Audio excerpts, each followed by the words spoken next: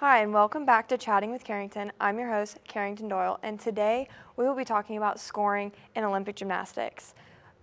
Gold medalist Simone Biles does tricks that no other gymnast can do, but doesn't receive the score that she deserves.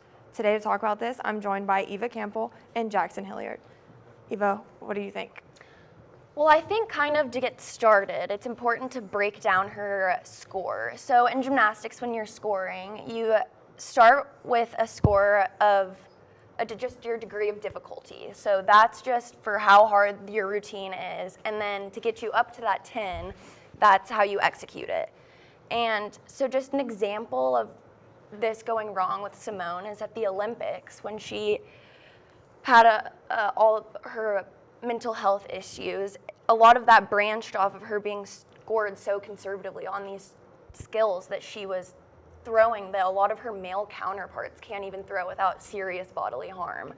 And so I just really think that though the sport can't really let her monopolize it, I understand that if she's the best, you just have to let her be the best. I can understand both sides of the coin because gymnastics has always been one of those sports where they judge hard on everything. That's just kind of how it is. It's very studious, I guess is a good word for it, to where, I mean, I know if you like fix your uniform or your leotard or whatever while you're performing, you lose points for that. But at the same time, I feel like it's not fair because you have people like Cristiano Ronaldo, who's one of the greatest soccer players of all time, or Tom Brady, where if they score a point, they're not receiving half a point when they score just because they're better than everybody. Exactly. And I think that, she's just not starting out with a high enough DOD, degree of difficulty. At the Olympics, her degree of difficulty for her Yurinchenko double pike, which is actually 3 full flips out of a vault, was only a 6.6, which just is not high enough.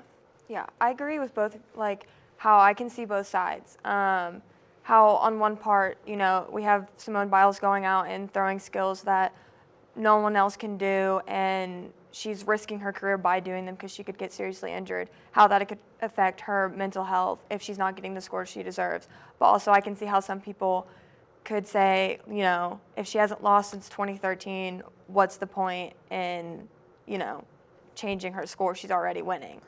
Yeah. So the only point I could think of is, I guess, keeping people safe. If she's the only one that can do them, it keeps people from being inspired to try and do it. But even then, I don't fully understand the full reasoning behind even that. Yeah.